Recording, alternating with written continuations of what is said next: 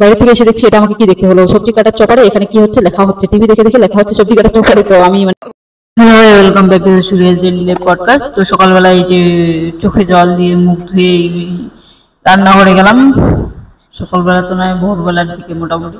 আর এই যে চা বানিয়ে নিলাম, চা বানিয়ে নিয়ে এই যে ম্যারি বিস্কিটের সাথে আমার সকালবেলাটা শুরু হয়ে গেল, চা আর ম্যারি বিস্কিট।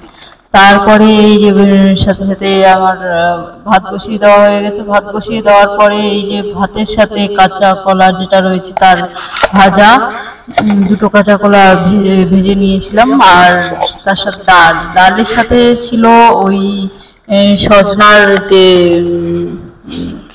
ডানটা, সেই সজনার ডানটা দিয়ে ডাল তৈরি করলাম।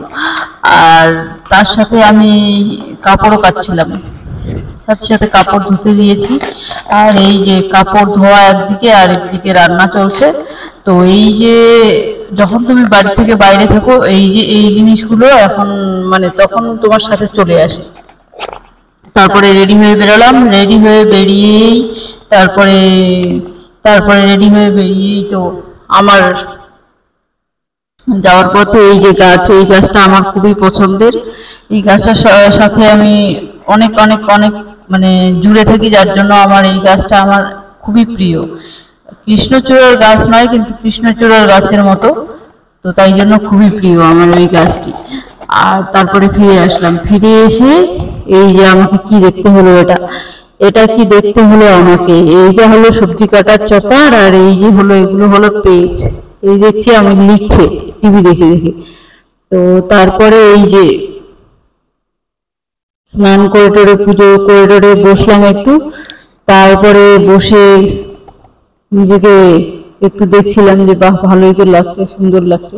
নিজেকে আমি কখনো অসুন্দর মনে করি না, নিজেকে আমি খুবই খুবই খুবই সুন্দর বলে মনে করি। আমার নিজের প্রতি এতটাই গর্ববোধ হয় যে আমি মানে আমার সৌন্দর্যকে এতটা মনে করি মানে বলার মতো না।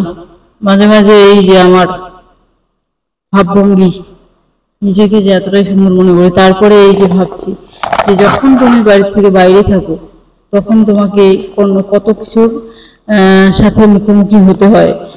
একসাথে 4-5টা কাজ করলেও মনে হয় যে কোনো কাজই করা হয়নি, 10টা কাজ করলেও মনে হয় যে কোনো কাজই করা হয়নি।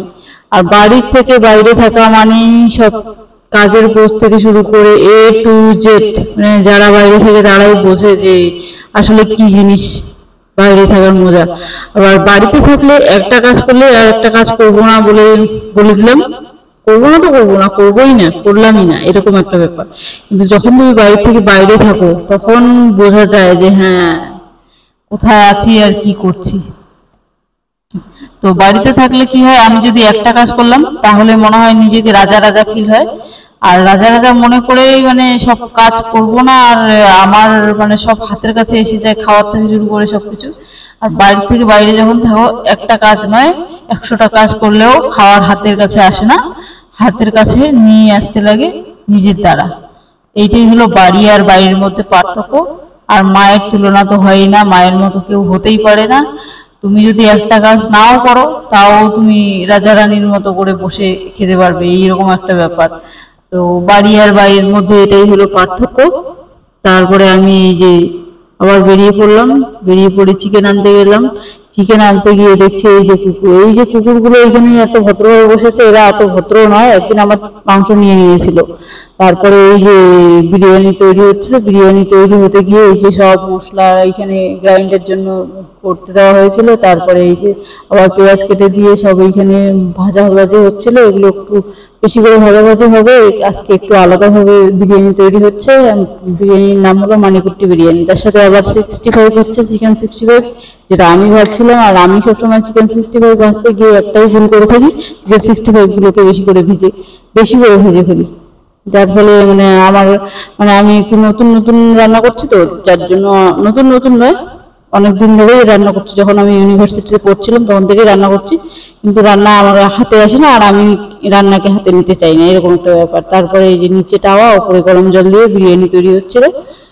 বিরিয়ানি এই যে তৈরি হয়ে মোটামুটি আর শেষের দিকে চলে আসে। এবার বিরিয়ানিটাকে নামিয়ে নিয়ে এবার বিরিয়ানিটাকে আমাদের পেটে দেওয়ার চেষ্টা হবে।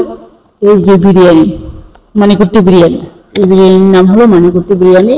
আর বিরিয়ানিটা সত্যি সত্যি সত্যি সত্যি এত ভালো টেস্ট হয়েছে বলার মতো নয়। তারপরে চিকেন 65 নামিয়ে নিলাম।